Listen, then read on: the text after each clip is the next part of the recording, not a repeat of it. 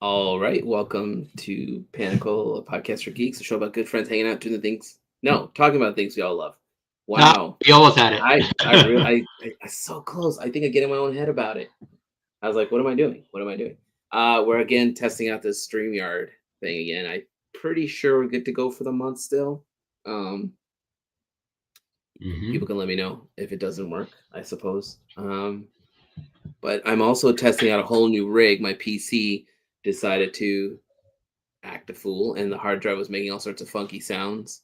So some of you guys know my friend Skates. He's come to shows with me. So we priced out a whole new system, and then he ordered all the parts and then built it. And then can you hear me? Yep. Oh, okay. Now, I was going to let you know that all was good on the live as well. Oh, gotcha. Okay, good, Yeah. cool. Then we're good to go. Yeah. So then is like it's cool because it's a smaller I can't show you the case. But my old case was like if you were looking at my chest, my old case was like here to like my waist, right? And this new So was case your is like old? I was going to this. say, was your old case a full ATX tower then? Yeah, I mean I built that thing in like I want to say like 2008 maybe. No, So it was old. It was newer than that. I think maybe 2016. so what are you now then? Like, are you mid or are you smaller? Yeah, it's mid. I didn't want to go too small because I felt like it might for the way I overwork this thing, it might burn out. And I don't know how the Mm. smaller, tinier ones work, but um, Mid the towers, honestly, mid tower is like basically the same as like a full tower. It's just more it's compact. just yeah, it's more Actually, compact. Yeah, over the years, I've slowly moved myself into larger and larger towers like a hermit crab because I hate trying to work my hands in that small space. so we had to like I realized that as we like for starters he built the whole thing at his condo and then brought it over, so I'm thankful that because I was like I Mhm. don't have the time, right? I'm like doing shows, and then like in so while I was at shows he was like I think like for example while I was at IX he was like, hey, your parts came in, I'm gonna start building it. And there was a moment where he ordered like I'm trying to remember if it was the wrong, I think it was like so something came in and he ordered the wrong part and it wouldn't fit and he got a new part. And I'm just like, part of me was like, oh, thank God he's handling all that. Cause I feel like I would Mhm. just spiral out, right? Like, oh, I'm fucking done, you know? Right, right. And then like, but what I was gonna say is you're what you just said about having a bigger tower. Like, yeah, because when we were building it, like I sent you that photo, you see the fans on Mhm. the bottom, and then we took the Mhm. old 1060 out of the tower, my old tower, and put it in this new one because it works Right. just fine for Adobe stuff. I work mainly in Adobe, right? But there's like this much space next. They're like this close together, right? That's pretty much why I upgraded to a full tower was So you put my your as my hands in there. graphic yeah, as my graphics card got slightly larger and larger, I was like, holy cow, I have like no space Yeah. to wiggle around in Well, here. we had to literally like look at it and we had to be like, well, we got to put the fans in first Mhm. because if we don't put the fans in first, we'll never be able to put the. Oh, you know what? Real quick before we get any further, it's just us tonight. I guess we Oh yeah, should. I probably should have said that. Yeah, we didn't. We had a hard. We did not. We were not. We were supposed to do a show Tuesday. It fell apart, and then Because I of didn't the PC, because of the as whole PC stuff. as they're Yeah, talking about. and then But so I just didn't schedule a guest. But I this time we're going to talk about Pax U. Is that right? so it's gonna talk about PAX. Yeah. So basically, I was I did Oh, we could go back to the computer thing. I just was curious to know like yeah, no what else worries. Yeah, the you PAX want thing to is talk like about. basically like I was supposed to do a show called SCG uh Vegas. Yeah. Star City Games, right, for Magic. MagicCon Atlanta, which is Reed Pop Run, I did really well at. Even I only have two cards out right now. The rest won't be out for at Mhm. least a year. Um, and My I God, thought, you only well, have two out right now. I thought. three technically if you count the Omen Pats card, Oh, okay. which Okay. is a pretty cool card. It's just not. There's no physical unless somebody has a proxy. There's no phys. So the physical card of that would be Web of Destiny from the Spider-Man set. Hmm, Okay, so the Omen gotcha. Path, I don't know how much you know about the Omen Path set, but the one that Literally I zero. so when the Spider-Man set came out, they were supposed to also have those cards on Arena. And somewhere along the way that deal got kiboshed, Okay. and so then WotC, I guess, has scrambled and made cards that are similar. So they're the abilities on the cards are exactly the same thing as the ability of the Spider-Man card. Hmm. So in Spider-Man, it's like it's called Web of Destiny. I can't remember off the top of my head what it does. But my Omen Path card is called Through the Omen Path. It does the exact same thing. So they Hmm. changed the name of the Gotcha. card, kept the ability to say it, but they could not print the Spider-Man cards in Arena, I guess, or digitize them. So there's other cards that you'll see later that'll be in Arena that are part of future sets, future IPs that are coming out Gotcha. that they can't. I don't know what's up with these contracts, but for some reason they can't put those cards in. They just can't take a one for It, one. So you can't take Spider-Man and put him in Arena. it's a whole IP law is Yeah. extremely weird and nebulous, and it's a lot of like blood rituals, to be honest. I mean, blood rituals is a good way to say it because it's like I'm just like, what happened here? Like, how did you screw that up? You know, Yeah. like where It's did no, it's yeah, it's so yeah. It's likely a case of like Disney might have said like we will license it out for this, but and it could literally be like there's 1,000 reasons as to why they said they couldn't be digitized. Maybe it could be like because doesn't Disney have their own they have their own card line, I so believe, right? Like so Lorcana. Lorcana? Yeah, my best guess It is could be something tied to that. It could be just a I case think of it's like Marvel Snap actually. oh, yep, Marvel, yep. It Marvel could be Snap that program. too, because it could even be a case of like this is the wild thing, and I've run into this with like my day job and stuff, where a company says, say like Disney, who technically owns Spider-Man, can't use Spider-Man everywhere they want because even though they own Spider-Man, they've licensed it out to Sony, and Sony may have claim on certain areas that Disney Right. no longer doesn't have claim on. And even internally, like say, let's do something more like straightforward, right? Where it's like WB owning Batman, right? And say WB has a card or for some reason, let's say for some reason WB has a magic card with Batman on it, right? Yeah. Yeah. And I mean, it there might could be a happen. reason. It could happen in the future, but there could be a reason as to why it can't go digital because even though WB owns Batman, there's a separate company within WB that's handling the licensing for the physical card of Batman. And if they want to Right. do a digital card, that requires them paying another company within WB to get that Right. license. It's a whole like Peter paying Paul Right. situation kind of thing, which is it's It, just weird. I mean, like, yeah. I mean, with the magic stuff, I was just like, it's just whatever. I'm like in my head, I was like, you guys have the money, just pay to like put the same card. But again, I mean, it helps me, right? I got another card out of it, right? Right, So, right. but like that's the only so far that's the only arena card I've done. But there's a bunch of they're all part of that Omen Paths, I believe, and there'll be a bunch of you'll see in the future a bunch of new IPs that'll have the same like idea happening where it's like it's this card in Omen Paths, it's this card in this set that I can't talk about.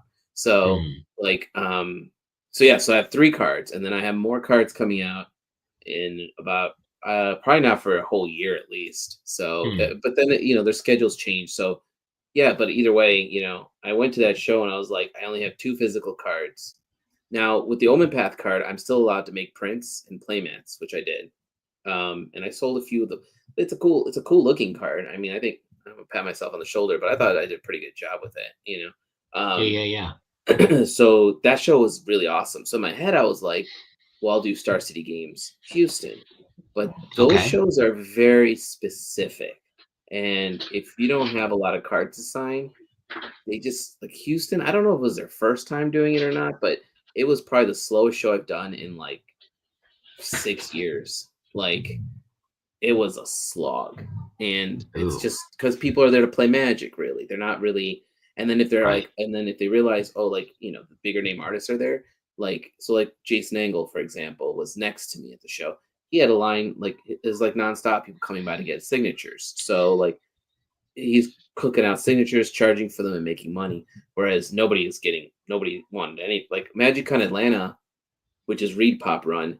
I was moving the cards and I was moving mainly Ancient One stuff. Like people would be Hmm. like, "Oh, what's this stuff?" And I'd be like, "Well, this is my own IP, and obviously I work for WotC, so like the bulk of my sales were my own IP, and the secondary set of sales were all signatures. Hmm. That didn't, and in my head I thought Star City Houston would go the same way. It's not run by Reed Pop, so there's less of a clamor to be there, I guess. But is it like sorry, is it an official Magic convention So though, or is it just like a separate apparently convention? they used to have the license. So what is now Magic Con, owned by Right. Reed Pop, used to be Okay. Magic Con, owned by Star City Games.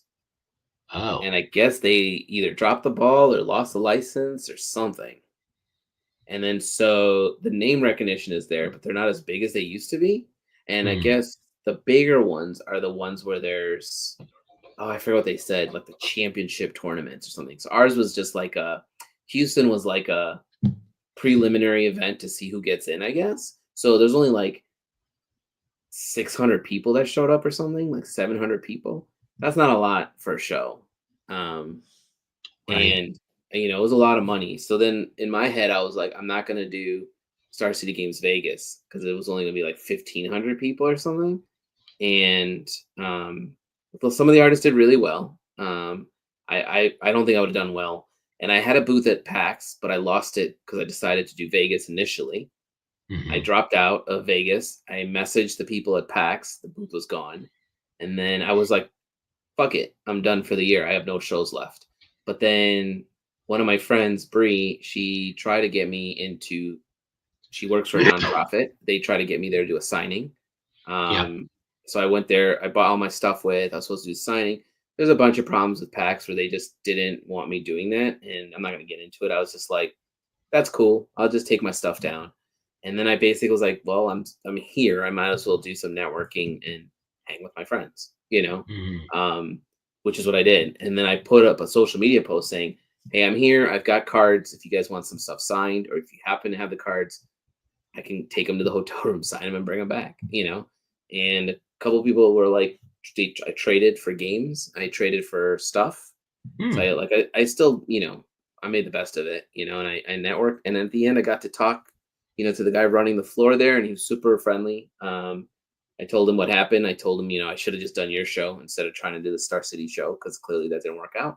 Um, Right. and he wasn't like mean about it. He was just like, hey man, he's like, it is unfortunate, but he's like, just apply for next year, and if there's a spot, we'll give it to you. And then, he said if I need any advice or help with Magic Cons, he works for Reed Pop, right? So he's like, I could connect you. And I was like, that's very cool, very nice. So if there was a win there for me, that was the win. Hmm. Um, and I played Magic. Like I was just sitting around. So I was like, might also get these decks together and test them out. And I realized like two of my decks are pretty good. They're pretty fast. And one of my decks needs a lot of work because I got trounced. So Oh. it's the dinosaur deck. Andrew, my dinosaur deck, it needs to be Oh. faster. So Nah, I can't. It's not warm blooded. yeah, I was like, I've got this perfectly tuned elf deck that just brings out a ton of elves and they trounce you. Um, and then I've got this vampire deck that literally will like drain life and bring the creatures back. But then the dinosaur deck, I was like, I think I try to be too fancy with it because I was trying to figure out a way to work Grimlock into it. Oh, that's right. Grimlock is a card. Yeah, I and he's the king forgot. of the dinosaurs, or So, like do essentially. you have like 3 or 4 active decks right now I that you have, kind of change around and yeah. play with So occasionally? I've got a few. When I started working for Magic, my friend Jake, who owns a shop, Hmm. I started getting commander decks from him. I actually have like I want to say I've got 18 commander decks, but I've only opened 7 of them.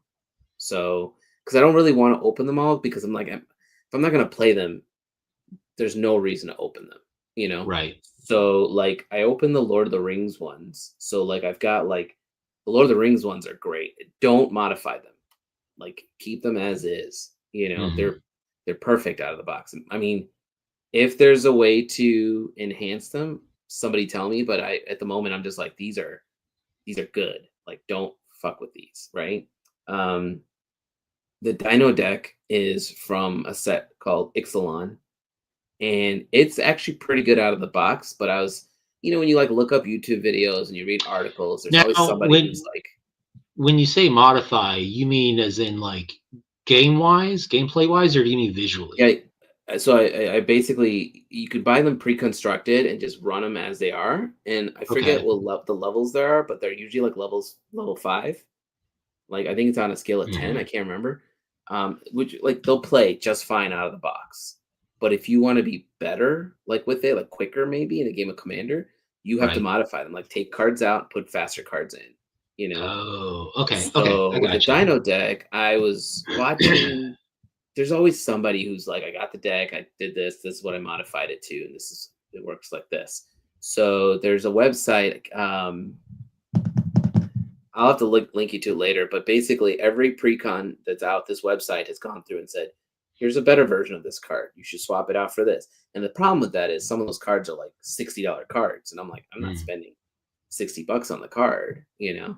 So what I've been doing is you can't do this in a tournament, obviously, but you can do it with your friends. Just putting a proxy in there and just testing it, right? Because Mhm. before you spend money on a card, if it doesn't work, then he's like, why'd I spend money on this?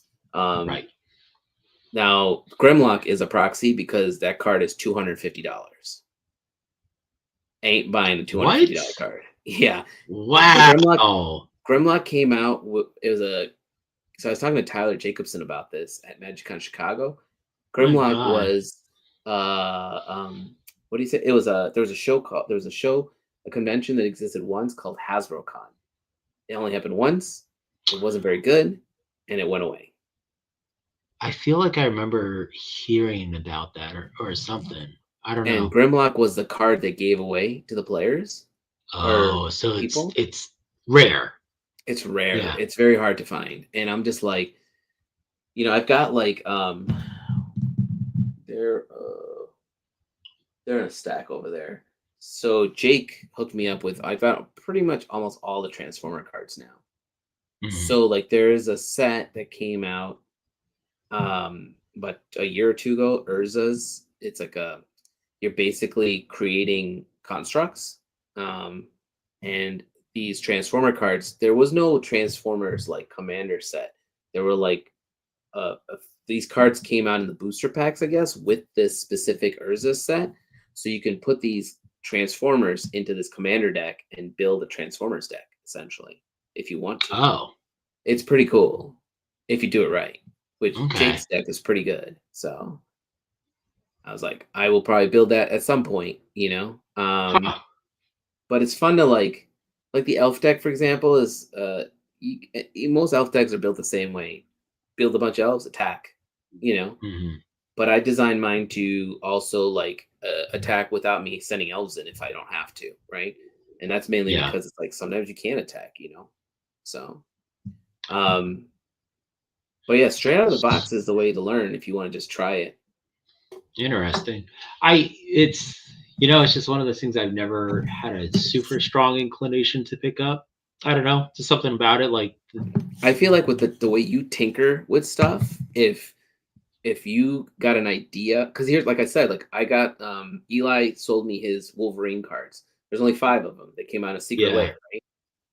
And I was like, how do I make a commander deck out of this? And you can literally just search Wolverine commander deck, and there's at least 15 different ones people have made.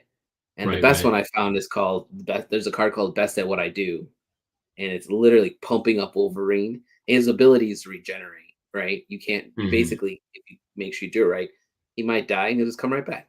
But my point is, like, I feel like would be like, you'd find a way to, like, you'd be like, how do I do this? How do I do this? And To you like, basically min max it. yeah. And there's a level of, and I try not to do that. Like, sometimes I talk to, like, there's players in our friends group who are so meticulous with how they do it. And I'm just like, I don't have I'm not that level of player. Like, I'm just not that. I just don't know the cards that well. You know what I mean? Right. Like, I'm trying to just. I really am playing. Like, I'm doing a charity event for my rep mountain mage on Sunday. Hmm. And it'll be live, and it's Andrew Thompson, myself, Josiah Cameron, and Ben Hill. And out of those names, Sorry, is that next Thursday it'll be or this Sunday at 1 o'clock, this Sunday? So that's the 7th the at 7th. one Yeah, o'clock. Okay. yeah, Central. I'll post about it on the socials and stuff. So, but I think I shared it last night actually. Okay. But out of those players, like Andrew Thompson is like, if there's a player that I know Does that he min lives, breathes, and max? loves Magic, he just loves the game. So he knows like Right.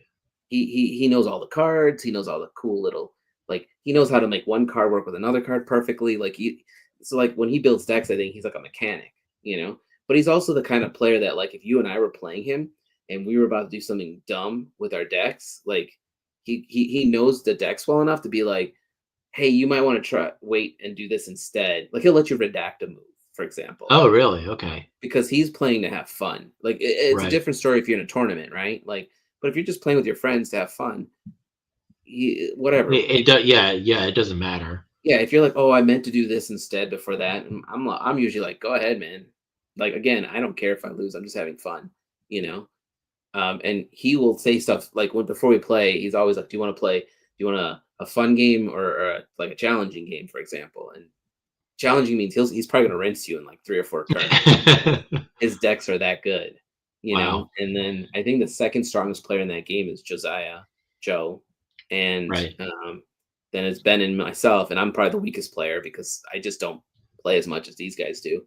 So, but again, I was just like, I'm gonna bring whatever decks I've got and just see where it goes, you Now, know. we'll get to Pax U in a minute. I Yeah, promise. yeah, yeah. Like, has your eldest daughter shown any interest in Magic at all?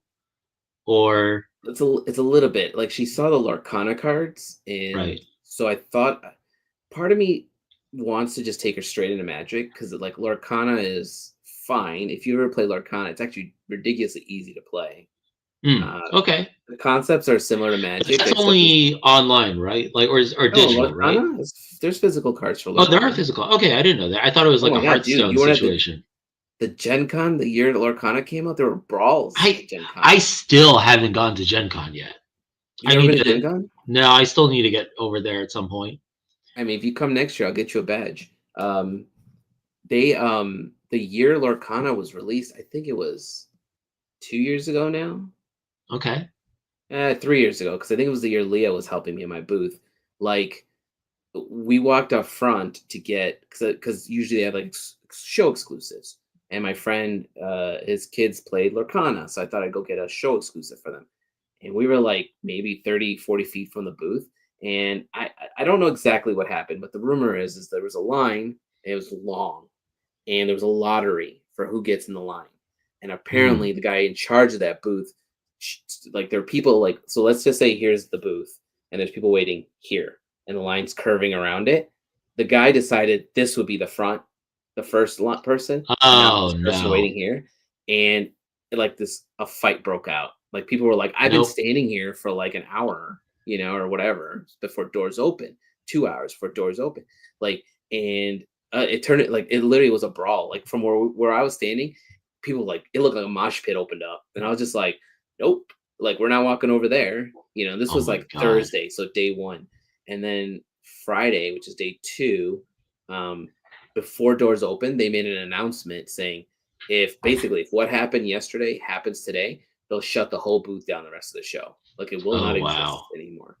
And people, you know, and the rumor was that that lottery screwed up things because there were people that when they redid the lottery apparently, and there were people that didn't get tickets that got tickets, and people that got tickets lost their tickets. It was a Oh clusterfuck. Yeah. So yeah. That and that sounds. Ooh, that sounds like Gen and Con kind of. it wasn't Gen Con. It was Or it was whoever was running that yeah, booth. Ravensburger, I think, is the one that owns it or Hmm. something. There's also a whole thing where they were being sued, right? Because there was a guy that worked for um oh man, what company is it? He used to work for Ravensburger, I think. He went to another company. They pushed Lorcana. He said that was my idea. I took it with me when I went to this other company. They stole it from me. Oh, And there's a whole thing there. I don't know where that landed, but Lorcana was pretty popular for like a solid year. They were just like cooking it. It's Disney, right? yeah, oh Like yeah, yeah. And I remember seeing a lot of articles about it and stuff. Yeah, I just didn't know it was a physical. it's not a bad game to start with. Like if you're trying to like if you were to start our daughters on it, it's the base concept is similar to Magic, right? You're Mm, playing cards. You need X like mana or like I think they call it ink to make things mhm, happen.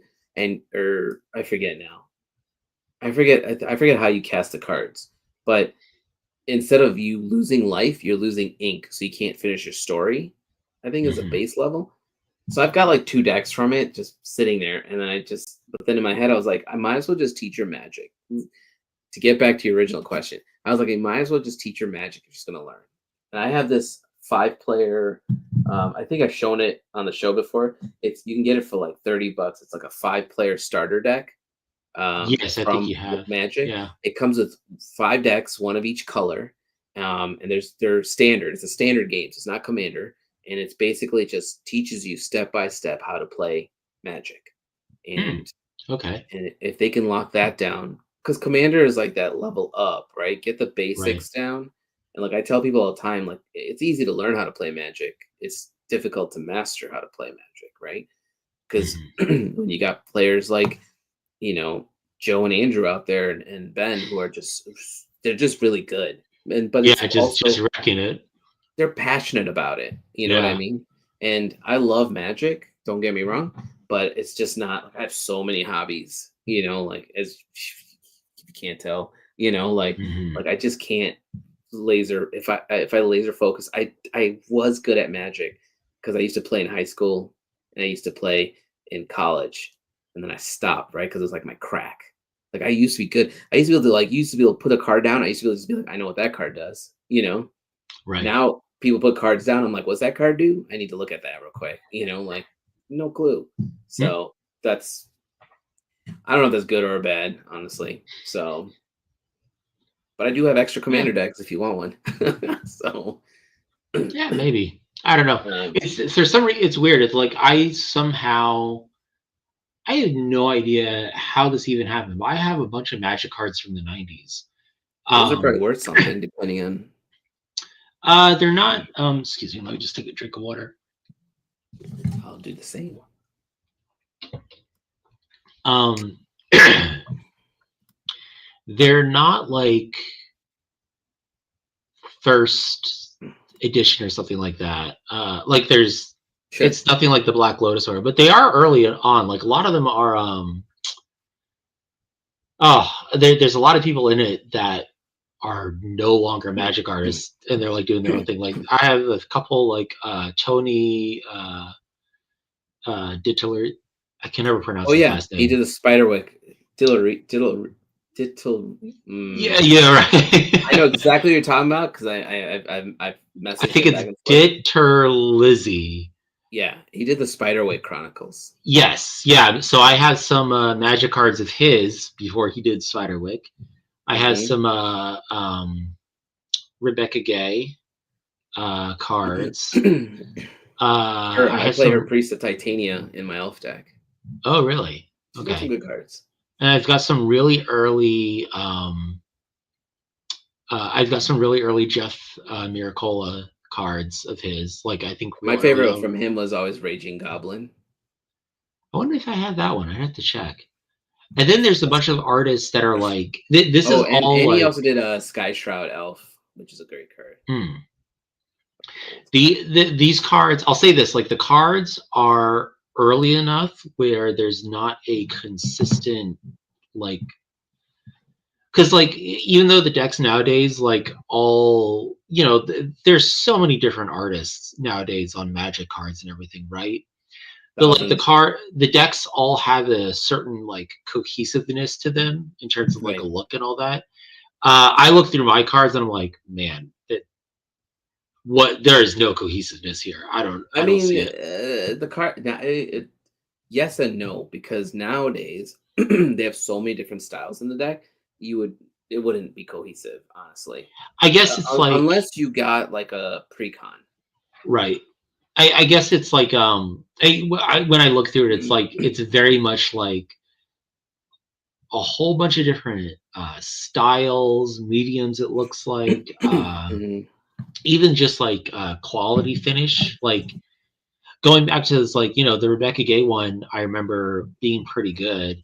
The one, sorry Jeff for saying this, but like I know at least like one of his cards, like it must have been fairly early, but it's a little Sure. dodgy, at least like on the reproduction and stuff. There's also a few other artists where it's like, huh, I'll that send you his address later, Jeff. yeah, it's like when I saw like there are some other artists on there where it's like, huh, like I feel like that would not be hired by Magic nowadays. Do you know Yeah, what I I mean? mean, Where it's I like you think look there at it was like, that doesn't look like it's like there yet in terms of right. that I think level of earlier like cards they it. just were like, let's get as many artists as we can, and then there was like a middle. Like when I was in high school, it was like so random what you would get, and then when I was in college, there's a specific style guide everybody was following because I Yeah. think they wanted them to The follow a specific style I think these are guide. cards I got like middle school. No idea when in middle school, I but bet you there sometime was in middle something. school.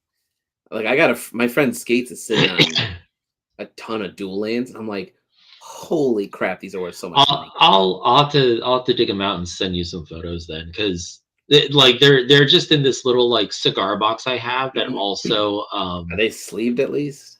they are not sleeved, Oh but my god. this box, because I've never cared about anything like that, but like this box has Sure. basically remained untouched for 2-3 decades now. So I'll tell you some sleeves. I got a ton of sleeves here. but yeah, they're in there with a bunch of like Jurassic Park trading cards. Oh, sweet. From Tops? Yeah, the tops ones. Dude, I've got a stack of the Batman, Tim Burton Batman I ones. have, I think like exactly like 3 of those. I also From, got this. Hang on. I think from like Batman Returns and from the Tim Burton Batman. So, this was Super 7 working with Wizards. They had done these old D&D. Oh my goodness. Yeah. I have a few. I have not opened them. I got these at San Diego. I don't have the heart to open them. So, Yeah, the hardware I gotta know, is there a piece of bubble gum in it? it doesn't feel like it. I do also have one time when I was in high school, I went to my local comic shop at the time, and I don't know why we did it. I don't know why I did it. I think it was just because I was with friends. And we were all like, "What the hell is this?" We got a pack of Dukes of Hazzards trading cards. Nice. And they weren't excessive. I think it was like $1.50 for that pack or Sure. whatever. But the main thing about it was like we peeled it open and there was a stick of gum in it. Yeah, Like, which is like it's it's like a shiv, man. You could just shank somebody it, with it. no, you know what? It was. I think it had sat for so long because this isn't new. It's like when did the Dukes of Hazzards run in the late 70s, I Yeah. believe. So it's gum from Oh, that long ago in this card, and you it's guys. like open it up, and it's like immediately like starting to crumble and stuff. And I just went like, I think I'm gonna try it. I gotta So, try it. I gotta see what it's like. I do gotta you see what live? like. Yeah, I still live. I sat it out like almost immediately because like it was one of those things like you know how like astronaut ice cream is, where Yeah. it's like freeze dried and like as soon as it touches like your tongue, the saliva in your tongue gets it to like this gummy mess I want to inside your know. mouth. Those are the kind of decisions where I'm like, whose idea was this? Like, who walked in a room and said, "I got an idea, a marketing idea, right? Let's put a piece of gum in there." It's Right. like, why? That's like that. Well, that's that. I forget who did it first. I think Bazooka Joe or something did. It's like because it was more like the gum was the mainstay, and the card was like the ancillary thing, whereas like the Sure. card was like the afterthought. And then over time, it switched where the gum was like, I'll throw it in the gum. The cards are really what kids want. Yeah. I mean, I remember. I don't think I ever ate a piece of that gum. I think I like you. I tried it once. I was like, never again. Yeah, no, it tasted awful. It like crumbled in my mouth and became this weird. It didn't even chew. It just became this weird mucky mess. I spat it out like after a few seconds of trying to like futilely chew it. I think the coolest trading cards I used to own like those were when Marvel did their first set. I don't know if you Mhm. remember. Um, I sold my binders years ago, but The ones where like are super. I Oh think God, no! Fleer maybe did those or Upper Deck did those. I can't remember off the top of my head. Upper Deck, Upper Yeah, Deck. The ones that they are had like like the the old. I think it's like Walt Simonson did the yeah the artwork old or school. something. Yeah. There's a bunch of artists in there. There But like was it like had it's like a bunch of like I think like a 2 or 3 like bold pen artists from Marvel did them. yeah, So and I think like Walt there was like this like Simonson. I want to say George Perez maybe did yeah, one and or then like two. round two is when they brought in people like Jim Lee. Oh yeah, like Because the I've real got the heavy Danger Room hitters. cards, the 9 cards that Hmm. form the Danger Room sequence. But I remember there was like I guess it'd be like a bodega at the end of the block. And I don't know those if you call them those if they're in Chicago, supermarket, grocery store, whatever. Um, he was this dude is like this Polish guy, and he had like lots of random things on one side of the store, and then Hmm. staples on the other side of the store. And the random side of the store was like it felt a lot like stuff that just fell off the truck. And he was just like, I got to get rid of this because it would be like a mixed match of like electronics and books and whatever. And one time he had Right. booster boxes of these Marvel cards when they first came out, like a box, like 2 boxes full. And he was just like, it was cheap, man. It was like $1 a pack or something, or like Oh my even less. God. And my dad bought me like stacks. Like I was like, I've got money for my allowance, and if you help me out, I basically bought one whole booster box off this guy, and he was more than happy to sell it to me, right? And I was super excited when I got home with those, and because I've never seen them. That was like I saw them in this random store, and I'm just like, holy shit, these are great. And I think I sold them for a lot on eBay. So my friend probably moved those, but those kind of cards are always interesting to me. Like the Batman cards, I was always like, who decided to just take frames from a movie and put in a I was card? just like, yeah, just like random film grabs. Like I don't know It's if I funny. don't know if they're in the stack right here. Maybe. Let's see.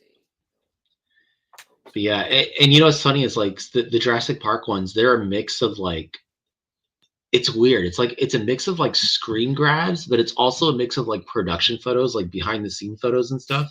And then it's also a mix of like I don't even know who the artist that did it. Some comic book artist illustrated a few cards of I like I wonder if guess it's the guy that did like various Dino scenes. Riders. No, it's not because so. Well, do you mean like the artist that did the box art for the Dino Rider toys, or the guy that Yeah, did the yeah. Dino Rider comic? Oh, Because I I think the didn't guy that did realize the there was Dino a Riders comic. To be honest with you. Oh, okay, yeah. So there is a Dino Riders comic. I want to say like one of the Marvel guys did it. I don't know which one.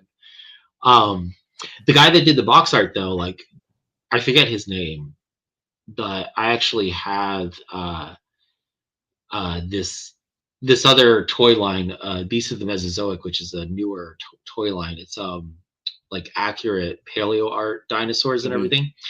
And he was able to get the Dino Riders guy to come back and do a painting for his box art for one of his species because he was going to offer a variant of the same dinosaur that was in Dino Riders, but in the same color scheme as the old Dino Riders Oh, figure. that's cool. Yeah, so he was like, "Oh, he's like, can you like do a box art for me on this? That would be so awesome." The guy's like, Kind of thing. I guess I should draw again. So Yeah, no, I wonder. I think I should look him. I should look it up because I know the name, but not off the top of my head. But yeah, I wonder if he's just retired now or anything. But yeah. but other than So that, regarding PAX, since that's what we should be yes. talking about, we're So not. But is so. Quick question: was this the last convention of the year for you then? yeah, there is another one in Philly. I just don't want to do it. And Um, when was PAX? Like earlier in November it was the or? weekend before Thanksgiving. Oh Jesus. It was Okay. literally like 2 weeks ago. Okay. And like I said, I wasn't gonna go this year, and I was sad about that because I've gone for the last 5 or 6 years, And and this is PAX East, right? it's in Or is it Philly. PAX? Okay, yeah, Pax so that's like U, PAX East or PAX U. Pax U, and it's cool because it's across this, like it's in this convention hall that's across the street from the Reading terminal, which is like this market. Hmm. Um, like it's like if you've ever been to Columbus, Ohio, they have the North Market with like a bunch of different food places, right? Like it's got like also it's very eclectic, right? It's got like Amish food, it's got like Thai food, we've it's got we've got like something kind of similar down here as well. so the one over the Reading terminal is like there's specific spots that Brian Colin and I like to visit while we're there. Like there's this like Dutch spot that makes amazing breakfast. So we'll go there. Like I stayed up Oh really late wow. on one night, and Jake was like, "Hey, we're gonna go up early and go to breakfast." I'm like, yeah, because I won't be able to get breakfast tomorrow because I'm leaving. You know, Right. and it's like I'll be tired, but I want that breakfast. There's another spot like called Miller's, I think it was. It's like a pretzel shop, but if you go there for breakfast, dude, they take the pretzel dough and they put like eggs and bacon and they roll it up, and it's like a Ah, shit, I like would eat that. dude. I always get two, and I never get through that second one because it's the first one is so filling, and I always like take a couple bites off the second one. I'm just like, anybody else want this? Like I just give it away. But like they make like I this year I decided to get the bacon and eggs one, and I got the steak and eggs one, and the steak wasn't that great. But there's like a Euro place in there. There's all but either way, PAX is one of those shows. It's also by like an area. There's like a Chinatown there. It's got like a dim sum spot, a Mhm. bunch of Chinese restaurants, a Korean barbecue place, and then you're hanging out at a show that's very similar to it's a gaming convention. It's mainly an RPG convention. I was gonna say, were you there for your Ancient Ones RPG then? So last year I was there. I was promoting Ancient Ones. I was able to Mhm. get a spot with Forever Stoked because I'm working with them on a game. So I was able to sublet a spot there. But this year I didn't have a booth, so I had nowhere to show it. Um, I'm working on it for next year though. But there's a whole there's a whole thing with RPG. I can't talk about it too much, but I might have a publisher who wants to take it. Okay. So um, and they're people that I really love and trust. They're a very good company. So I've known them for a while. So if they do take it, that'll be awesome because I just have to finish the art, and they Mhm. can do the rest. The game's done. The game's been done for like the rule set, and the game's been done for over a year, if not longer. It's just we need to decide if we're going to keep it in 5.5, which I think we should because it's popular and everyone knows how to play 5.5 for the most part.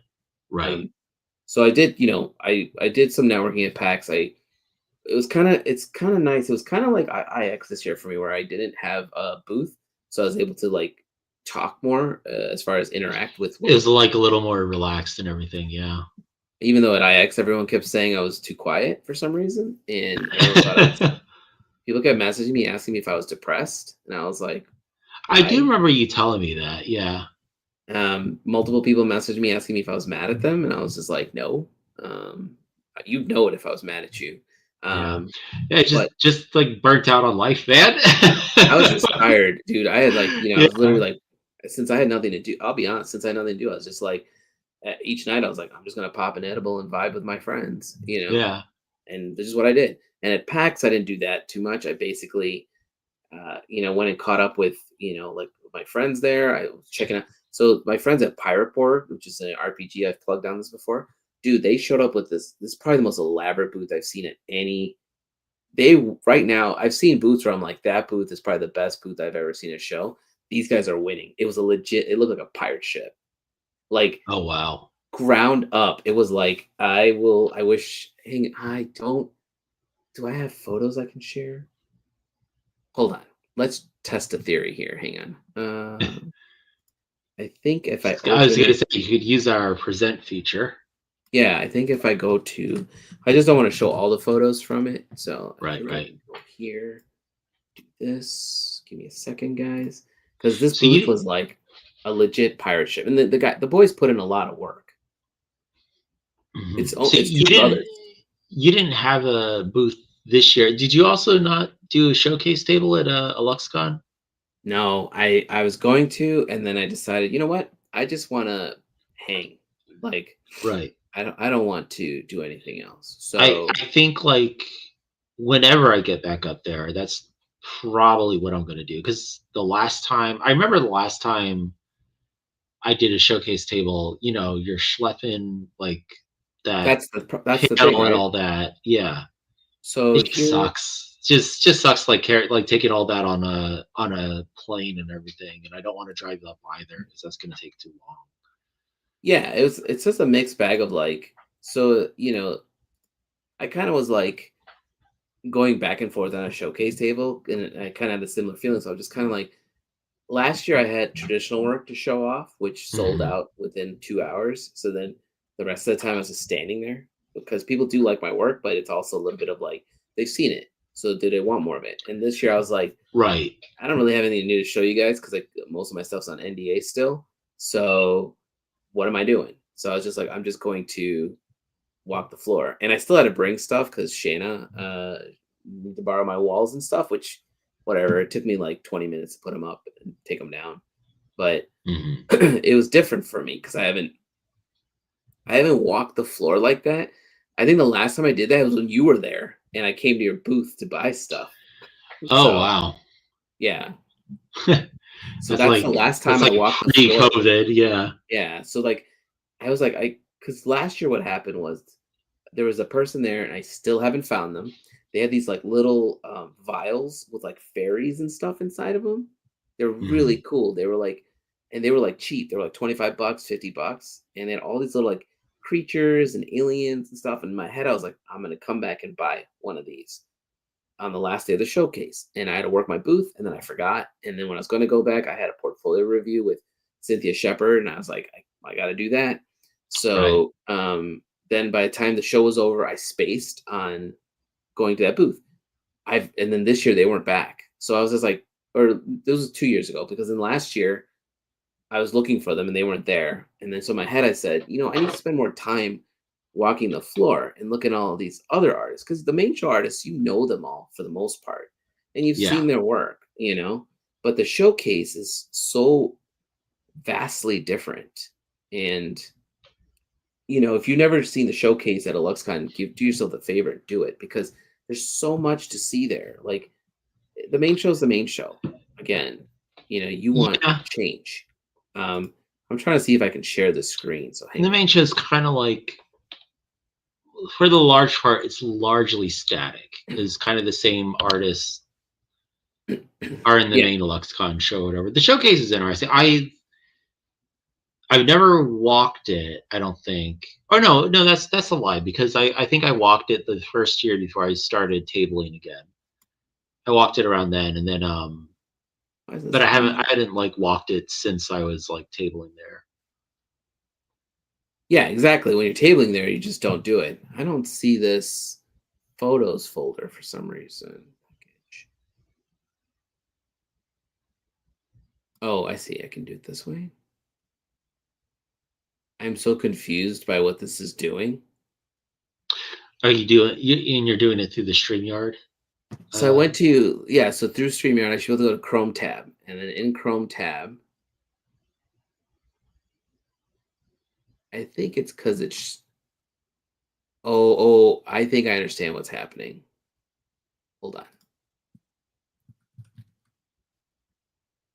Oh, because it's sharing through my business accounts Hmm. tabs.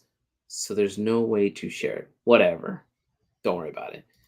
These boys, either way, if you look up Pax U, there's a on YouTube, there's a video, a walkthrough video, where they basically design their whole booth look like a pirate ship. The back of it's got like the mast with the wheel and a dead pirate steering it essentially. It's got the mast going up with the crow's nest at the top. Nobody was in the crow's nest. It's use your imagination. But then on the main deck was there. The floor was like looked like wood floors. The whole booth looked like you're on the deck of a ship, and they had set up like a table where you can actually go in there and play the game. There was 2 tables, I think, and That's then cool. I think the And you said it was put together by two brothers, yeah, so Luke basically. and Tyler are the brothers that own or and run and operate Pirate Borg, and I believe Tyler used to work in the movie industry, so he's got like the skill set for all that Hmm. cool shit they do there. And then Luke did a lot of stuff for, I believe he worked for the Smashing Pumpkins. He was like their audio and lighting guy. So they had Oh. like this crazy thing where it's like you've seen those little boxes that people use for streaming where you press the buttons and different things come up. They had all this different colors. So if you did like the green theme, everything in there went green Oh and wow. music changed and like the screen, there were screens and they had to wheel this shit in. They had barrels. I mean, it was like, Oh my goodness. dude, it took them hours to put together. But I was just like, I do love that about like trade shows though. yeah, Like that's kind of the one thing I do. I do lament like the loss of E3 because you no longer get that kind of thing with like game shows anymore. That like yeah, crazy like, oh man, you built up this whole yeah. thing, I mean, whatever. I Like think I don't know this if kind of you. booth would be perfect for San Diego. Oh yeah, like I don't know if you remember. This, I guess I would have been in college at the time, but like when Nintendo had a Twilight Princess come out, I like believe that was at E3, right? yeah, so but their E3 booth for that was crazy. Like they had animatronics, there was like all mood lighting and stuff. There was like this whole stuff looking like the Lost Woods. It's Yep. crazy, crazy, and you never see anything like that anymore. That's because yeah, I was there So when it's very Nintendo cool to released. hear that. I think it was Luigi's Mansion, Hmm. and they had like a haunted house set up. I haven't been to E3 in years. I missed that show, but yeah. So they had the coolest booth there. Everybody else had. I mean, every booth there is elaborate in its own way, but those guys are just like, there's no way. Like, if there was an award, it was theirs. You know. Right. And I didn't see them again after that on the last day. I was like, well, I'll meet up for dinner or something, right? And I'm like, those guys must have been there forever taking this shit down. So, Oh, but I'm sure. but PAX is an interesting show because like, you go to like Gen Con or something and you know what you're gonna get out of it. And PAX can be very random. Um Now, have you only ever done PAX U? Because I know there's also yeah. PAX East and So they PAX told me to West, try for right? PAX East. I actually could have gotten a booth there, but it was like, oh, it was And I think isn't PAX East like the largest of those shows? yeah, and the booth was like $2,000 or something, I think, and I Mm, wasn't sure I want to roll. I mean, I will probably end up chancing it eventually, because I got to try, right? But right, right. it butts up against like the problem is that's in the summer set where there's like I already have to do San Diego into Gen Con, you know.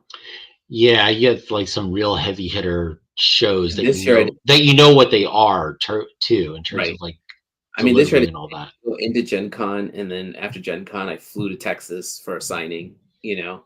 Oh, And I was just yeah, like, that's I don't want rough. to do That that again. is, That was yeah, too many. that's rough as hell. So I'm trying to be. I'm hoping I got a couple of deals in out there. I'm hoping some stuff goes through so next year I can do less shows because yeah, PAX is like I did it as a last show because it's actually not so stressful. It is to Mhm. a degree, but not so much where like like Houston was fine, but like it was such a slow show that I was like, there's points where I'm just like, oh my god, like please end this. Like we left Right. early on Sunday. I'm like, I want because I had to drive to LuxCon. I basically had to drive home from Houston, and I was home on Monday for like 6 or 7 hours, and then Tuesday I was already driving to IX, Hmm. My and God. I just didn't care for that show. So I mean, whatever. People still knew me at PAX, which is interesting because I was in Brian's booth at one point. Some dude was like, "Hey, don't you have the cool art?" Like, and then he was like, he described my art to me, and I was just like, "That's me." And I was like, "How the hell do you know?" He's like, "I bought a playmat from you last year," and I was like, "Oh, that's cool." That's awesome. Yeah, and so like when you meet people, like when you meet fans, and I also ran into, you know, um the people that run the floor at Gen Con, Limar, and I Mhm. forget his boss's name off the top of my head. But it's cool when you like run into people that you don't expect to run into, and you're like, hey, like. So I had a couple of those kind of experiences where so like even though I what I was originally supposed to do there didn't pan out, I still had a good time. I was Right. I felt bad for my friend Bree because she felt really bad that I flew in with all this stuff and then I couldn't sell it. But I was just like, you had no idea that was going to happen. Yeah, I It's know. out of your hands. Like it just happens. What are you going to do about it, right? I can be mad about it, or I can just move past this and focus on what I can do. Right. So, like I said, I was like, I got time to play some Magic, so I played some Magic. And then I'm trying to think if there was anything I saw other than that booth that was, you know, the thing I like to look for at shows like PAX or Gen Con are like new games. Like, have you played Dice Throne? No. I've heard of it, but I've never played it. So, it's basically your different characters, and you have dice, and the dice are specific to those characters. So, if you were to use Marvel, for example, there's Marvel Dice Throne. So, if you were playing, say, Loki, and I was playing Spider Man, I have specific dice for Spider Man, Right. right? And you roll the dice, you build the points, you do an attack or whatever, and it's a free for all. You can do teams too, but they have a new thing called missions where it's kind of like storytelling and playing. So it's like your Hmm. friends are playing against something. And I was like, this is cool. I don't know if I'd want to add to it, but so if you see something like that, I'm always interested, right? I'm always like, okay, this is new. I'll give it a whirl. Um Warhammer had a giant booth there, and I got to talk to those people for a minute, which was Oh. dude, they really try to get you to play. I was like, I don't Yeah. want to get a Games Workshop is like, yeah. they were really friendly because I bought some Black Templars because I thought build a kill team.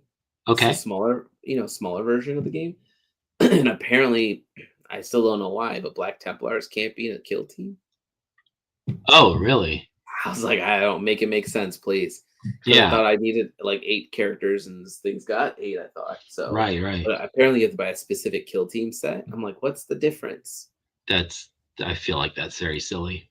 So after that, I was like, "Man, I don't really want to play this game anymore." Like also you can't play unless your characters are painted. You can't just build the minis and I play. have heard that. Yes, that's an annoying thing, I imagine, because it's like, yeah, I don't know. What if you don't have time to paint them Right? up and stuff? Do I just paint them one color? Does that count? I guess it does. I know there's a lot of people that, because like painting minis like that is also that's its own thing. Like you can go on YouTube and find a oh, I million mean, YouTube channels don't get me wrong. I want devoted to to paint just them, that. right? But it's like, what if I don't have the time right now? Yeah, yeah. Um, I mean, that's like I have a bunch of miniatures of not Warhammer, but like other stuff like dinosaurs, and I have this like 3D printed dragon I've not painted yet that I've been meaning to for a while. But oh, I still got a 3D sculpts to paint too. oh yeah, like my job during the day is to paint. Hmm. Um, so that kind of wears it down a little because it's like I don't necessarily want to do that a lot of times to relax nowadays. Like I'll draw or something or Right. something else sometimes, but like sitting and painting, I just maybe I need to rethink it. But right now it's like I've not like really had that as my go-to. And then B, like uh I guess it's the same thing more or less. Or the B is like I rarely have time nowadays. So a lot of Right. my things are it's like I'm trying to like unwind is like something that could be taken in a smaller burst because like the painting is like it's similar to like painting a picture or whatever where it's not just like a few minutes of the time or whatever like an hour. It's like no, I should probably sit for like 2 hours or so just to Right. kind of work on it, really get into a groove and everything. Yeah, I'm trying to like I want to get more back into the hobby of things because I feel like a lot of us just paint all day and work all day, and then we do nothing like at the end of the night. Like I've been trying to just watch Stranger Things because I'm just like, do I have time? I'm like There's 4 episodes this season. I only watched 2 so far, and I'm just like, I'm only to it. So God, so when did you and that I are come probably out? the same. Yeah, that Came out came out about like what last? Thanksgiving Day. So Friday, my wife goes like, "Oh, do you want to watch Stranger Things?" I was like, "Yeah, sure. Like, want to watch that." Started watching it. We got like, I think we got like 20 minutes into it, and then I fell asleep. Yeah, And exactly. she kept watching it, and then she finished the first episode. She's like, "Hey, do you want to watch the second episode?" Because I was like, "What happened in the first one? What did I miss?" And she's like, "Oh, not much. This, that thing." And then she's like, "Do you want to watch the second one?" I was like, "Okay, yeah, I think I can watch the second one. I can kind of pick it up from where what you told me." That one I barely remember of, because I just Nice. like I fell asleep like almost immediately. Yeah, I mean, if I sit down on the couch, it's over. That's the thing. Like I think I've like Pavloved myself. It's like Yeah. if I'm in the studio, I'm pretty much staying awake because I am working and all that. But Yeah, I if mean, I I'm out stay. on the couch is like a death. It's a Yeah. death sentence for Well, this me. is this is where I normally sit if I want to watch something, but it's currently covered in stuff, and Oh, I'm just right. so I'm like, well, I'm not gonna go downstairs and sit on the couch to watch this show. I'm gonna fall asleep. Yeah. So I'm 2 away from whatever half of this last season. When you work, do you watch anything or something in the background while you work? Depends. Are you that sort where you I can't? usually listen to music. Mhm. I've been trying to train myself to listen to audiobooks because, like, when I do, for example, like if I was just working on building something or cleaning up over here, I've been Right. listening to audiobooks and I can do that. But when I'm like drawing, I can't listen to audiobooks because I keep like, I don't know how to explain it. I'm constantly like, oh, what just happened? Like, Right. Yeah, you're not absorbing it or anything yeah. because you're So I can't it's even listen to like, I used to be able to listen to like Critical Role. mhm. Like I listen to like Fantasy High or Dimension 20. They do like Critical Role is 3 hours long, and sometimes I don't have the time to listen to it. You know, but Fantasy High is if you haven't seen Fantasy High with Dimension 20, it's literally each episode is only about 40 minutes, and it's still like D&D, Yeah. and Yeah, it's fun. I've got a friend that is really into Dimension 20 and wants me to get into it. Start with Fantasy My High. that the main one I watch is Adventure is Nigh by Second Wind. Oh yeah. Um, that one's really good. And that's just more like I like the setting that they've kind of built up. I like the people that are Mhm. playing it. They all have really fun I mean, personalities that work with each other and everything. right. So those Critical kind of Role, things. for some reason, I have tried to watch Critical Role and it just glazed right over me. Just So the thing I is, could not get season into it.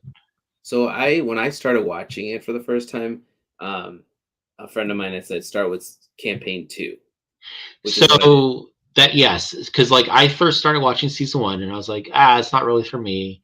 Yeah. And then my friend also said the same thing. He was like, start with season two. This is like he didn't say it, but this is like what I got from it is like, this is like a real like Star Trek Next Generation situation where it's like the first season's kind of Yeah. and the Yeah, second yeah. season's So like better. campaign 2 is just like they kind of figured out how to do it better. Right. And then But even and then that I went one, back to campaign 1 and it's still good. It's just now you kind of yeah, know where they're coming from.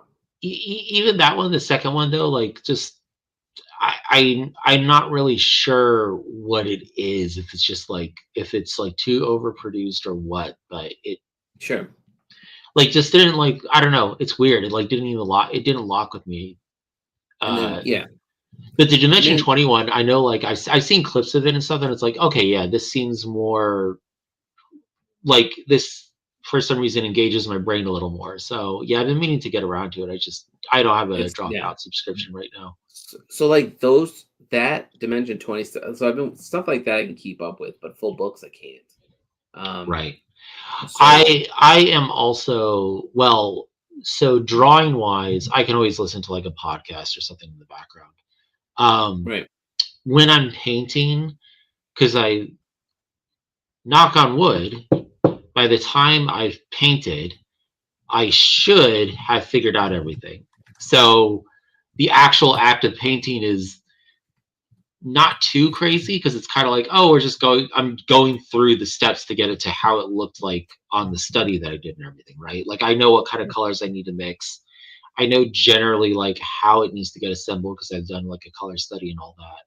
So I can kind of put on a movie or something in the background and watch it. Netflix, this is a damning thing on my part because this is the kind of thing that Netflix has actively said that they do. But Netflix structures their shows knowing that people are half paying attention to them. Oh, right. Yep. So Netflix shows are very watchable in that sense when I'm working because again, like the way that they've said they structure their shows, you kind of can watch them half paying attention and still understand everything Yeah. that's going on. To a degree, you can do that. I just like to, Yeah. yeah, that's the problem. The problem I had with Critical Role and stuff was I like to see the thing, Right. right? Yeah. So But I like, also know a lot of people that can't do those kind of things anyway. Like I don't know. Like I haven't figured out yet if I'm an outlier in that regard, but it sounds like more people that I know are like you, where you can't like have crap playing on in the background and stuff it while you depends work. on what I'm doing, I think. Like if I'm in the start of the drawing or ideation of it, Right. I gotta be concentrating, right? Like I don't even get on a call with people at that point. But usually when I'm on a call with people or doing something like that, I'm in the like I'm either coloring or in Mm. the tinkering, like let's just have fun, you know? But if Yeah. I'm in Yeah. like that like stressful, like I can't get this done because I can't focus, it's like silent in here, you know? Right. Um, Right. Sometimes I can play some like soundtracks and stuff and get away with it because there's no words, so there's nothing distracting me really. But Hmm. it's a very harsh maybe, you know. So yeah. For some reason, I can listen to audiobooks really well in the car though. Audiobooks, for some reason, I can't do them whatsoever. They just like The just not a narrator has to be good, otherwise I'm completely checked out. narrator has to be good, but also it's like it's weird. It's like so podcasts I'm fine with. I think it's because like podcasts are more conversational. Right, they're designed that way. Audiobooks, yeah, and audiobooks are the way I always think of it is like audiobooks are very similar to how like lectures were for me in college. And I struggled a lot during like lectures in college Oh, I because would fall asleep all the time. exactly it's like a droning thing. So if I'm listening to an audiobook, if I'm not doing anything else, I'm likely going to fall asleep. And if I am doing something else, I'm kind of going to be like what you said earlier, where it's like I'm doing something and like halfway through, I'm like, wait, what happened? Where are we? Why are we doing this? What's Right. going on? Because I kept finding myself like rewinding sometimes, or Right, like, right. and with like a audiobook or a podcast, like I just keep doing whatever I'm doing. Yeah. Um, I was So trying to remember. do you think for sorry, so just to kind of wrap up Yeah, Pax U stuff, like so do you think like you'll ever do a booth there again? Or I well, mean, I'm you gonna said you were try. kind of do it next I'm year. gonna apply. He told me to apply again, and I don't know if that means he'll give me a booth or not. But I'm gonna take a stab at it and see if I can get a booth next year. Because by next year, I'll have all the new Ancient One stuff. I'm supposed to be taking book 2 to print soon, finally, and Mhm. then I should have an RPG. And I am working on another project with another artist that's set in the Ancient One's world. So there should be 3 things showing up with me there. Actually, hopefully by Gen Con. So, if all goes according to plan and he gives me a booth, there'll be a bunch of new stuff there. Um, and I really want my own booth because then I'm not beholden to anybody. I can just show up, set up how I Right. want, do what I want, sell how I want. The problem with subletting booths and like getting help from friends and stuff, it's great that they gave you space, but then you have to follow their rules, right? Like when I had my own booth there last year, it was nice because I was, like I said, I'm working with Forever Stoked on something. So it's nice to have my own space, but they had specific rules I had to follow where I just was like, I just want my Mhm. space. I want to stand in it and I can move my product better. But they had helpers and they're like, our helpers remove stuff. I'm like, no, they won't. Yeah. Like, I need to move my products. Like, so, but like I said, PAX is like, I got to try at least 1 year and see how it goes. right? If it doesn't work out, that's fine. I'll just go back to showing up to hang out, Right, right. Because I know the shows that work really well for me, and I don't know if I necessarily need to add more shows to my roster, but if I get in, if Considering you've been trying to like downscale, yeah. Like I I feel mean, that. like, I want to once they go live, I want to try for MagicCon, Vegas, Atlanta, and Amsterdam are the three shows next year. I don't think I'll do Amsterdam because I don't want to leave the country with um I'm half and Everything half. going on. Like part of me says it's worth trying Amsterdam, seeing what happens, but part of me is like you don't have enough cards. But part of me is like you Do you never think you know. might have enough? I was gonna say, do you think by the time Amsterdam comes around, you would have enough cards? I mean, unless something random happens.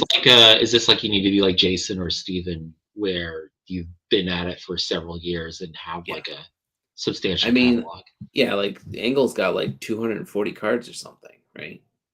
My God, does he really? Yeah. Yeah, I forget what the number count is, but like Wow. but again, it could be like Atlanta where I showed up with my Ancient One stuff, 2 cards, and I still did great. Yeah. But it's also Amsterdam, so I need to like I'm gonna try for all three, and if I get in, then I'll worry about that. Amsterdam would be cool. I just don't know. I feel like by next year it might be a little safer to leave the country to come back in, but I don't know what's happening with any of that right now. It does Right, right. give me a little bit of panic there.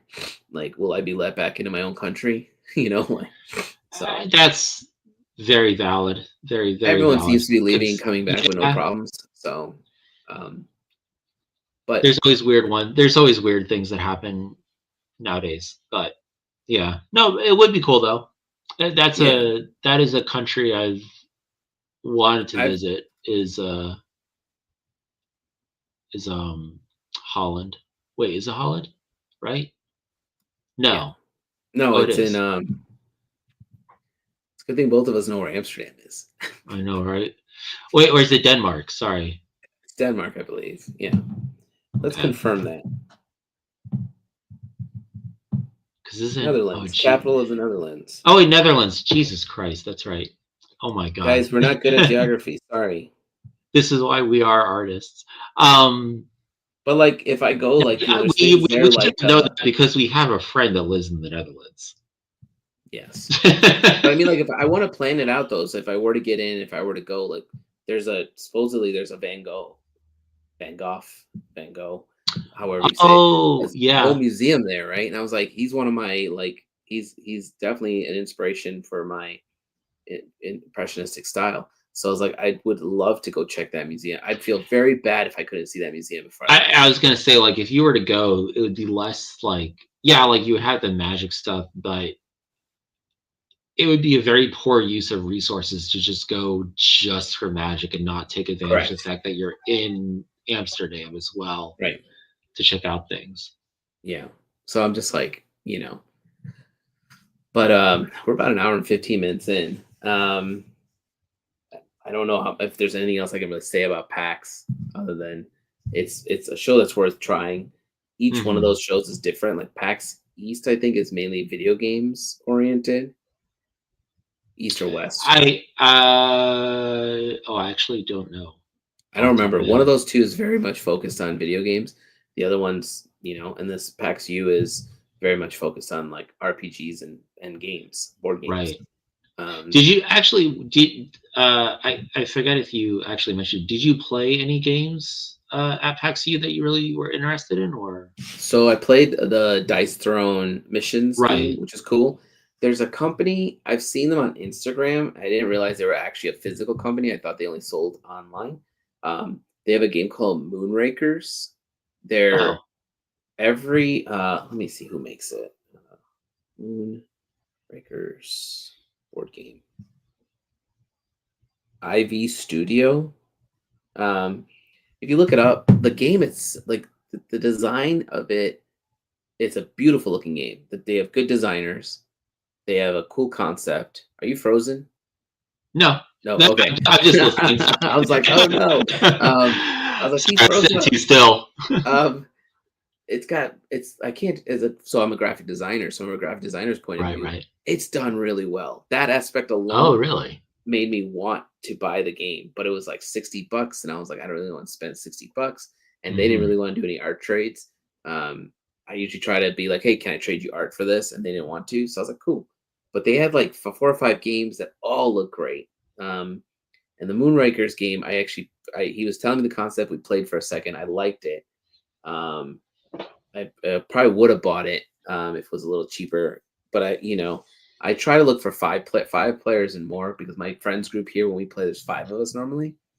Right. 4-player games are, if I see a cool 4-player game, I might invest in it. But the problem is it's just sitting here until, We've got, like my wife and I have a lot of board games, and it's ever since like us and like all our like our friend circle and stuff had kids, it's very, very difficult to get together. Yeah. Also doesn't help, like some of our friends they haven't moved out of the city, but they're like on like the very on the fringes here, where it's kind of like, oh, it like takes us an hour to get together with everyone. So it's like, ooh, yeah, okay. Ooh, my friends, a little hard. 2 of them live like 10 minutes from my house, and the other 2 live in the city. So, I'm trying to remember if I played any other games really. Speaking of like games and RPGs, there is an RPG that I learned about recently that I would love to, based on the art design, like you said, like the graphic design on that one game was really good. The art design on this one is really good, and then it has a really good premise, and it also has a really good title. So I was like, oh, this is like firing all cylinders for me. One second. Sorry, just got a little dry throat there. The art style is really great on it. The premise of it is you are a part of a crack team of vampire commandos that is airdropped into World War II Nazi Germany. Is it Eat the Reich? It is Eat the Reich. Yeah, yes. Yeah, you I have that. It's such a good title. It's such a good title. The design of the book is amazing. Yeah, it's really, I really, really love the design of it. I've been interested in picking it up because I was like, this is such a good, like everything about this is like chef's kiss. Yeah, no, it's like, I mean, really, really fantastic design, amazing title. Yeah. Oh, great. So this guy, one of the guys that, I don't know if he's one of the designers or owners of this company. He just friended me on Facebook the other day, because I've seen him enough times at shows now. But I picked this up at Gen Con. I love this. Yeah, that's like such a great touch. The title is so good. It's embossed. It's worth it. This book was, I don't think this was more than $20. Really? For all that? Well, like with the, because that's crazy with all the special, like, nice. It might have been a little bit more. I'm trying to remember. But even 30 is like not your team, right? Outrageous. Okay. So how many does it play out of curiosity? Let's see. Blah blah blah blah blah.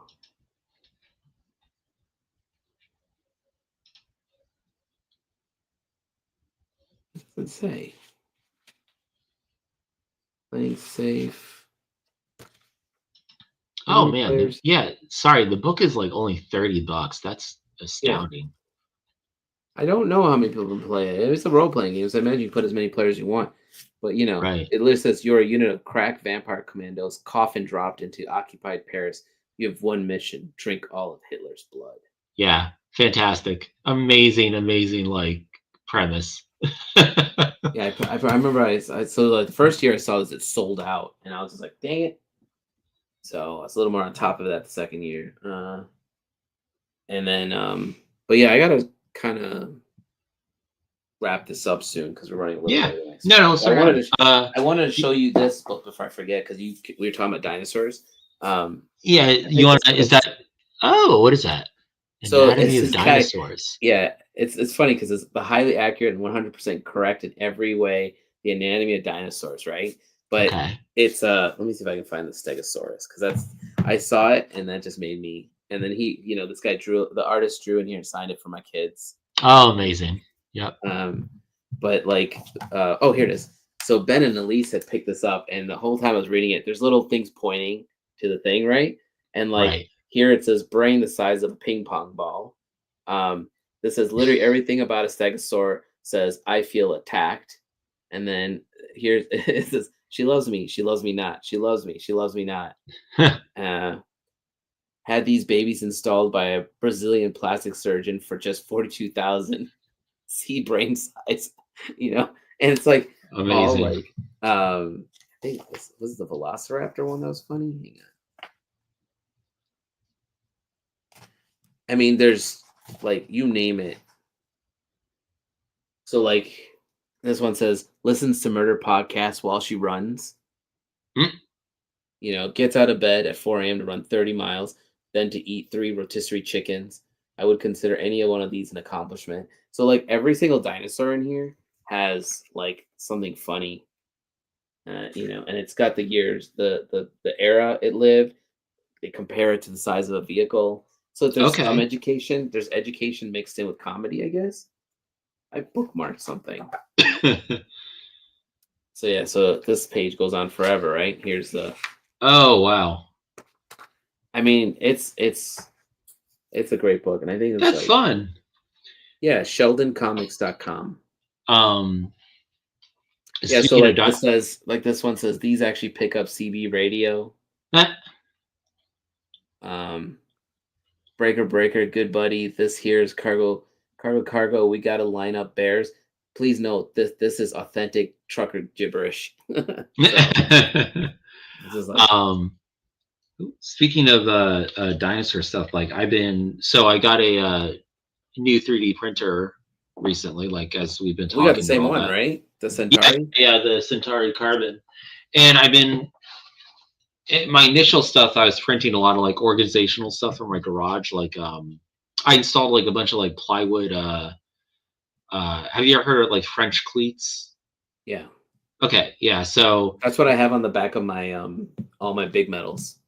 Oh, okay. Okay. Yeah, no, fantastic way to hang stuff.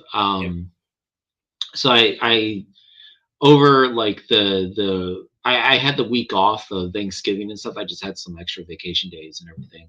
So during that time off, I installed like a whole bunch of like French cleats in my garage, and then kind of set up stuff. I'm using the printer to print out different like things to hang up and everything. But I remembered, I was like, oh yeah, I wanted to like, one of the reasons I wanted to get like a printer like that was because I wanted to print out like dinosaur skulls. Yeah, exactly. Yeah, it's like the main thing. So like this is my first one that I did. Yeah, it's a Velociraptor skull. Some of the teeth kind of printed a little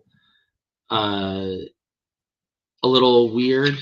Kind of, well, maybe. Yeah, I mean, it kind of depends. There we go. You can kind of see like these ones right here. They didn't like quite print and everything.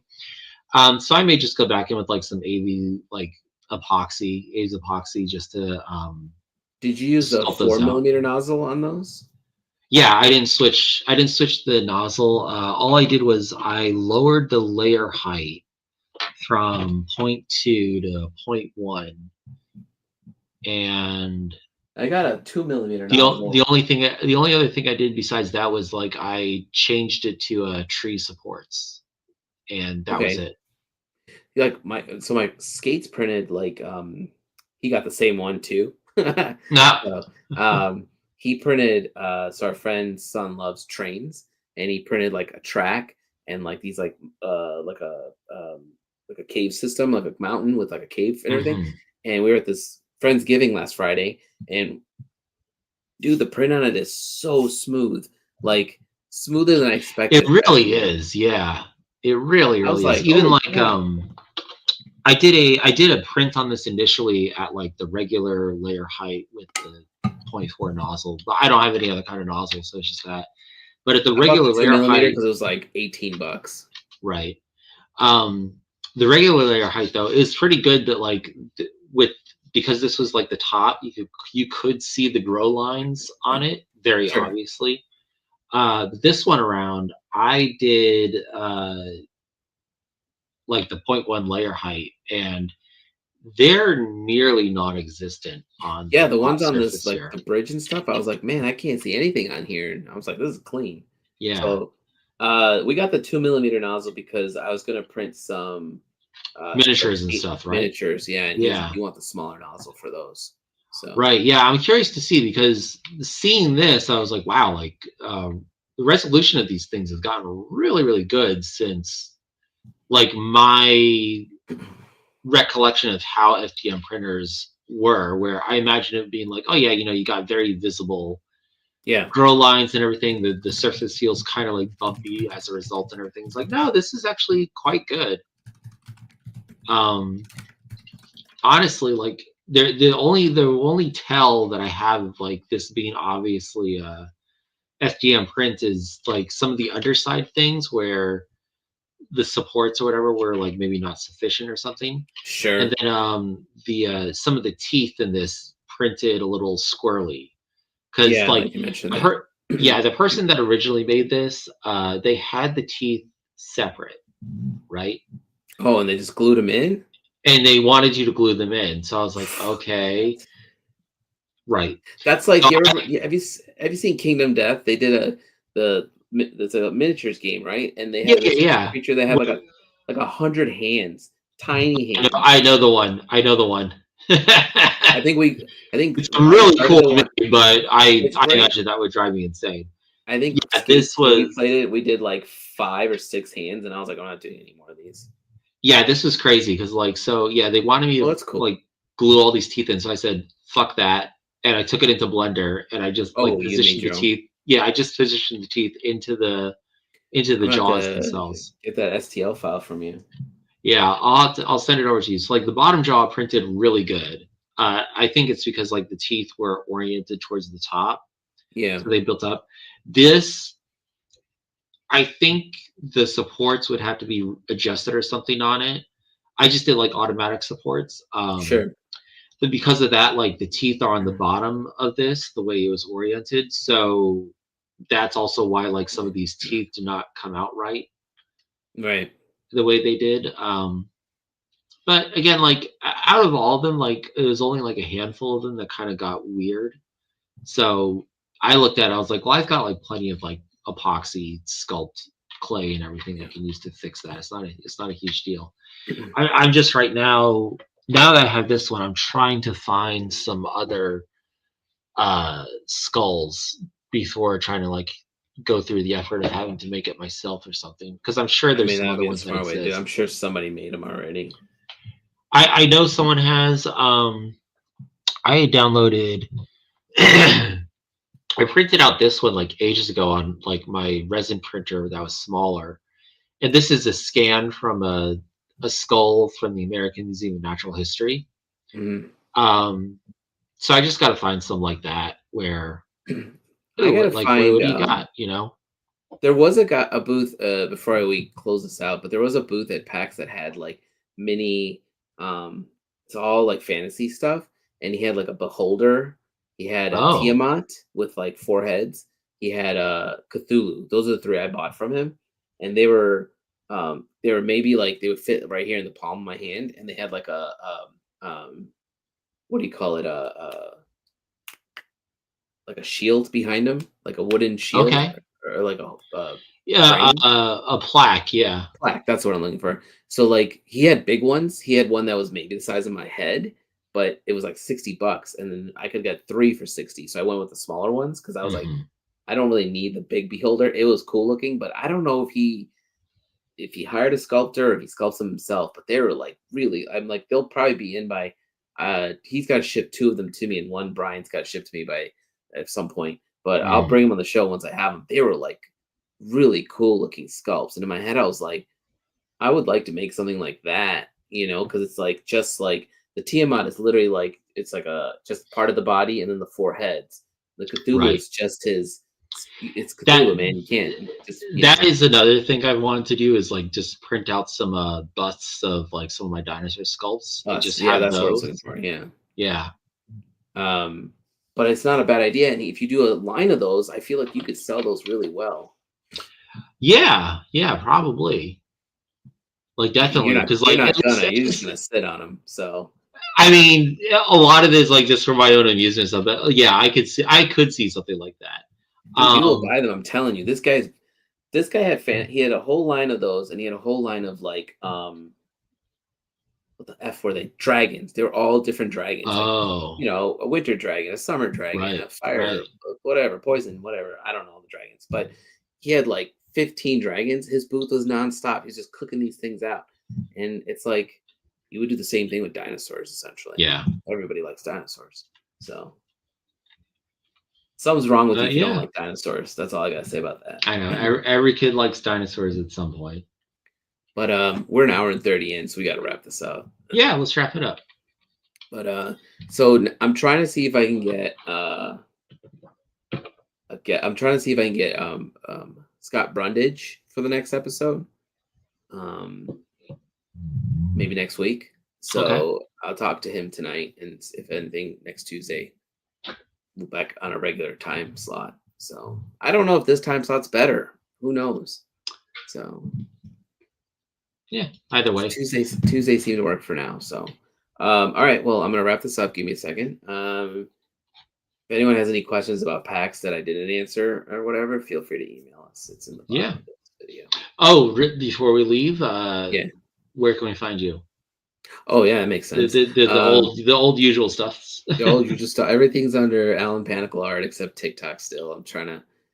I don't know if I want to fight it yet, or if it's. I don't think you should. I think at this point, Yeah, like let it die. But it's all under AllenPanakal art. Bluesky, I think it's under art.com because they gave me. You can put your .com in there.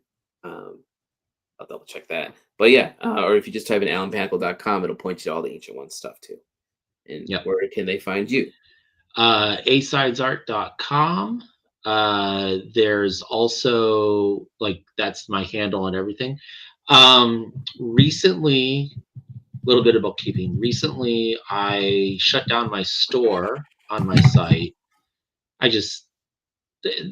need to kind of rejigger it and stuff, and I figured it'd be not that I get orders frequently or anything. Like it's usually like a handful a year or something. But I figured I wanted to just take it down just to kind of that way I can just clean it up on my own time whenever I have some chance. Right. But